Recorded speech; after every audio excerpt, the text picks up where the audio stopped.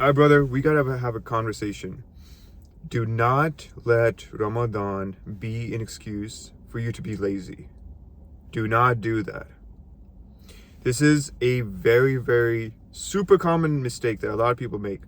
As soon as Ramadan starts, they're like, okay, I need to conserve energy. I need to hold on to whatever energy I have. I need to eat a bunch of food at suhoor, a bunch of food at iftar, and move as little as possible, and just like lay in bed. And as soon as I'm done with work or school or whatever, like just lay in bed and just like conserve my energy, because I'm fasting, so I need to hold on to my energy. No, that's not how you approach it. That was never the point of fasting. Fasting is not supposed to turn you into a sloth. If you're doing that, then you're missing the whole point of Ramadan. Ramadan is a time of transformation. It's a time of spiritual transformation.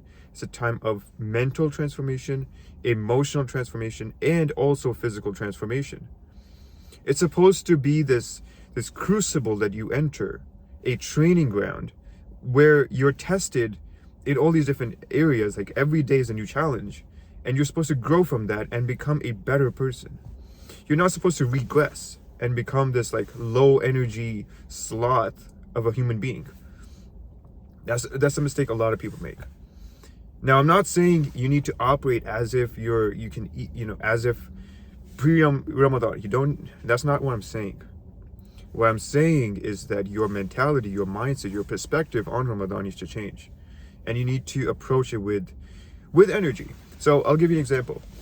As I was coming to the car to record this video, I was making a reel, or just some stories, where I was talking about how there's this concept called, there's no name to it, but it's like the concept of like, the more energy you put into an activity or into yourself, or the more energy you expend, you get energy from that.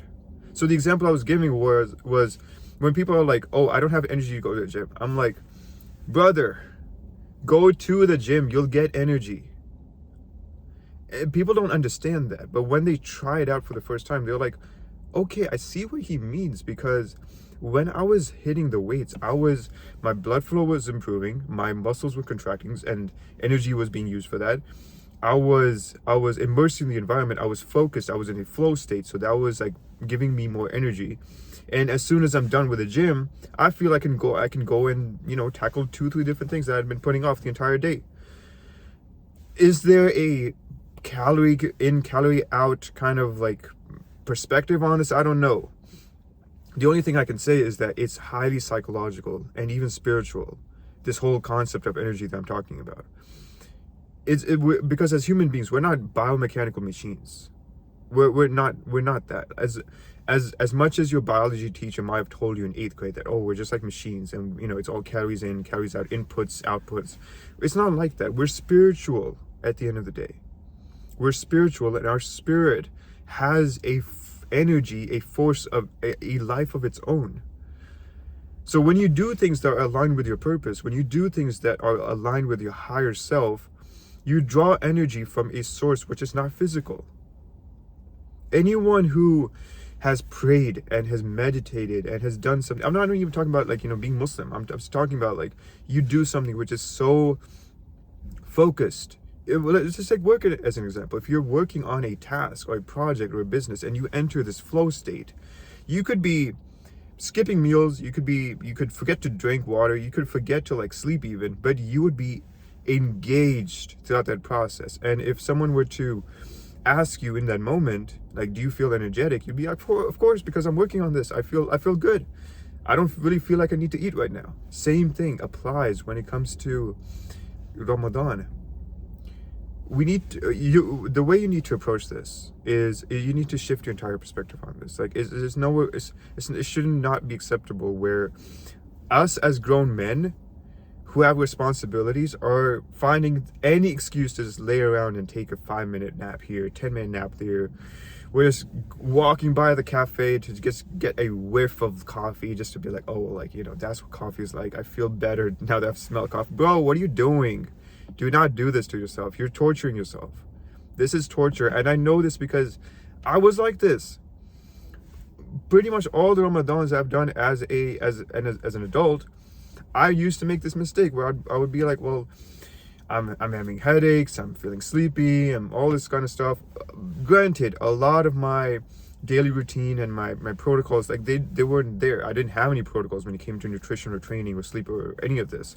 I was just going off of like whatever my family was doing, whatever my friends were doing when I was in college.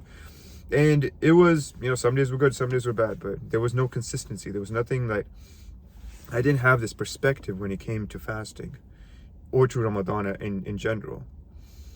So, us, again, like us as grown men, we have responsibilities. I don't care if you're 17 or, 47, 57. I don't care who you are. Like this mindset of being lazy in Ramadan, it needs to change. And again, you as the grown man watching this, you need to be the one to change that. Don't do this thing of like, oh, I don't know like anyone else has done this, so like I don't really have a role model. You want a role model? You look at the companions of the Prophet ﷺ. Do you know what happened in Ramadan? They fought the Battle of Badr. Of course, they had the help of Allah, but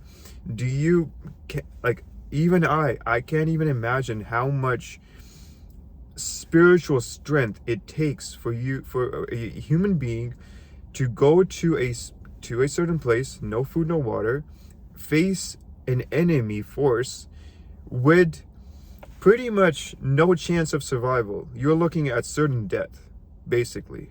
And you're doing that while fasting, and you're doing that while outnumbered 3-1.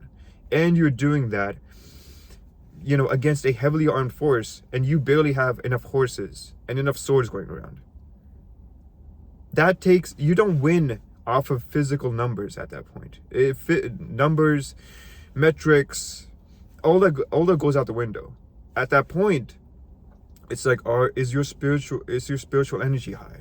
And of course it was high, because for many reasons, they had trust in Allah, they had the Prophet ﷺ with them, they knew they were on the truth, and they knew why they were even doing this in the first place, because they had been kicked out of their homes for simply being Muslim. So there were all these different reasons. Their intention was in the right place, so of course Allah gave them help. But then you fast forward 1450 whatever years later, guys are looking for any excuse to get off work early so that they can go home and play PS5 until iftar time. It's such a sad state of affairs. We need to change this. I need to change this. And alhamdulillah, like this Ramadan is going a little bit better, because I was almost prepared in terms of like, okay, like I know I don't want to repeat the same mistakes, so let me improve upon certain things. I'm not perfect, obviously, but I'm posing this question to you. Why are you letting Ramadan be an excuse to be lazy? It's not an excuse to be lazy. Will you have dips in energy? Of course. Will you have times when you're running on 3-4 hours of sleep because you went to Tarawih and you had some family obligations? Of course. Will you have days where you're feeling the withdrawal of caffeine more than usual? Of course. But that's just life. Life throws you curveballs all the time. I said this in my last video. When guys are like, oh, like I can't train in Ramadan. I'm like, brother, you weren't going to train in the first place. If you weren't fasting, you weren't going to the gym anyway. That's just who you are. Same principle here. Your identity, who you are as a person, is reflected in how your Ramadan experience is going. It just is, and that's like that's a harsh truth you have to accept, because if your Ramadan, it's only been 4 days at the time of me recording this, if it's going downhill even just 4 days in, then something's wrong, and it's not because of the month. Don't do that. It's because you don't have the right perspective. You don't have the right idea of what Ramadan is supposed to do for you. As I said in the beginning, it's a time of transformation. You don't transform by retracting and regressing and just like putting yourself in this shell and just crawling away to a cave, to your man cave. You don't transform that way. You transform by pushing against the edge, by pushing against the environment and showing life, showing Allah that you are actually meant for more. Even though you haven't eaten in like 13, 14, 16, 18 hours, you're still pushing on because You are meant for greatness. You're meant for more. That's what Ramadan is supposed to be. That's where the spiritual strength comes from. That's where, when you look at the friends of Allah, when we read their stories, where they were standing in prayer all night, and they were doing, dawah during the day while fasting. They were, fighting battles. They were teaching all day. Where do you think that came from? It's not like they had more calories than us. No, it's because they had trust in Allah, and they had spiritual strength. They knew what their pillars were. Their pillars were, the prayers, the fasting, the right mindset, the right opinion of Allah. They had all these things in place. So of course they had energy. And they were pushing against whatever circumstance they had. So they had to expend energy to get that, to build up that energy. Again, it goes to this paradox of like, the more energy you spend on something, you get energy back. Because in life, there's always a balance. There's always a balance of like, if something is going down, there has to be a equal and opposite increase. It just works that way. So I'm gonna keep this to the point, bro. I don't plead with anyone for anything, but I'm making this appeal to you, bro. Do not become lazy this Ramadan. And the fastest way, the easiest way to flip this, is to start doing the things you don't want to do.